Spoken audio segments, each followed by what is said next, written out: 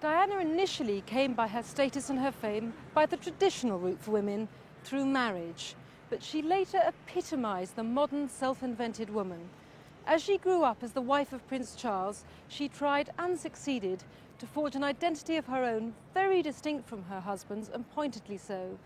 For many women, this showed that times really had changed, and that a wife, even one as traditionally brought up as Diana, was no longer prepared to play a subservient role or even pretend to do so.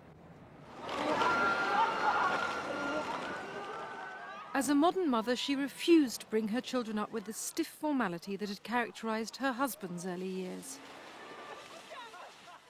She changed public attitudes towards bringing up children by her openness and affection with her own.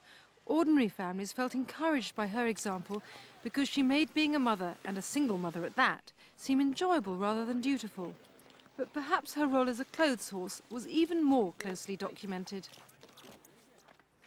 If we didn't begrudge Diana's enjoyment of clothes and her extensive wardrobe, maybe it was in part because she, in the time-honoured way of the film star, fulfilled for ordinary women some fantasy of what it might be like to be rich and beautiful.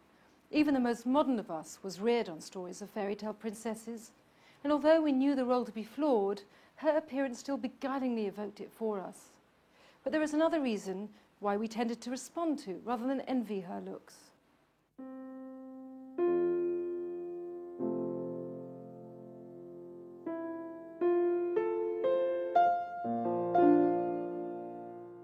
Her struggles with her own appearance, her difficulties with her body image, and her bulimia made a huge number of women identify with her. It made her seem as if she had the same worries and problems as the rest of us, as indeed she did. The fact that such a great beauty could feel the same things made, in turn, ordinary women feel better about themselves. Her own suffering made her responsive to the suffering of others. And in taking up AIDS charities and visiting such places as the London Lighthouse, she showed her wish to work for difficult and controversial causes. Her insistence on doing what she felt needed to be done made her seem a woman in charge of herself. She inspired confidence by demonstrating the dignity of female determination.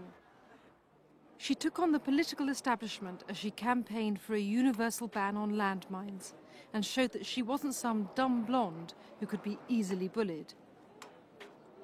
Although Diana stressed her power as a strong woman, it was her anxious vulnerability that came across most. But this vulnerability didn't appear, to many women at least, to be a weakness, rather a sign of authenticity. Not all the strands of her life could come together, and she didn't always seem to get everything right, which is why perhaps ordinary women felt such a sense of connection with her.